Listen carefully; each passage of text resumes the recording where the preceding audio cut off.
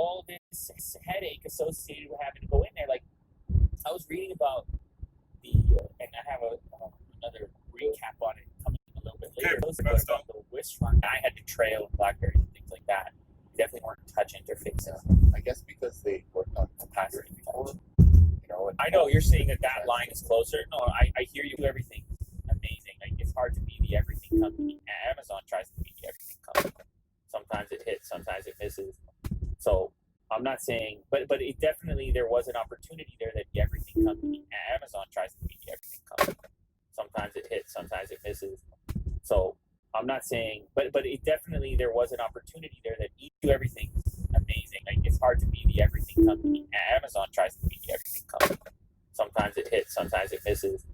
So I'm not saying, but it definitely, there was an opportunity there that easy that you received.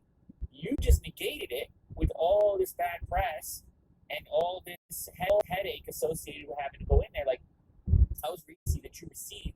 You just negated it with all this bad press and headache associated with having to go in there. Like, I was reading about that would be pretty appropriate. That's the number one piece of tech, and I'm shooting on it right now. That would be pretty appropriate.